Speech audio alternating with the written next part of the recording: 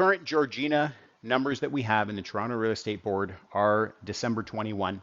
We're going to have a look at also what happened in December 20, and then we'll compare that with what happened in November 21 as well to give you a bit of a market trend. So if we're talking about the numbers, so the N represents new listings that came to market. So in December 2020 in Georgina, across all home types, 62 new listings came to market. There were 78 sales through the month and 48 active listings. Active listings are what didn't sell and carry over into the next month. If we look at November 21, 105 new listings came to market, 79 sales. Active listings, which carried over into December, were 64.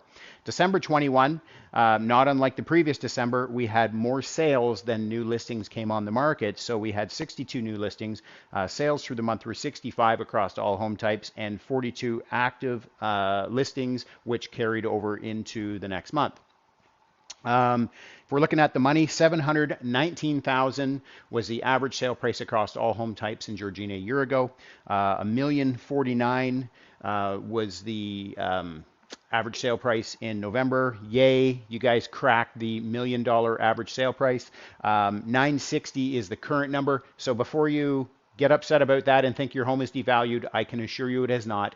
What we typically see, you always have to take this number with a grain of salt, because what we see is in a place like Georgina, especially, you have farms and you have in-town houses, you have condos, you got large waterfront, multi-million-dollar properties, and so one month if you have more in-town, more townhouses, semis, links, and condos selling, that's going to affect that price. And of course, if you have more multi-million-dollar stuff selling, that's going to pull that number up. So I'm sure you'll see that number continue to evolve as we get further into the year.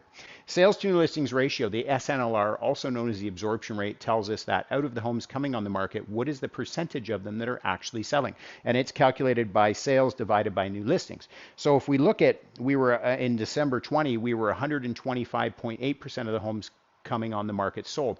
Or you could also phrase that as saying the market sold 25.8% more homes than actually came on the market. And where those extra sales came from is here. So what happens when a buyer is buying a house and they can't get in on this new 62, relatively speaking, they're going to go circle back to these active listings and pull something from there. And that's where we see this number, because you do have houses in every market that will carry over month to month.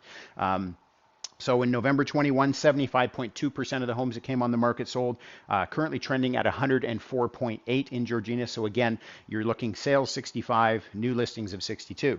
Months of inventory remaining, another great stat goes hand in hand with this one, tells us that if no other homes came on the market after today at the current rate of consumption or the current rate of buying, how long would it take to deplete the inventory?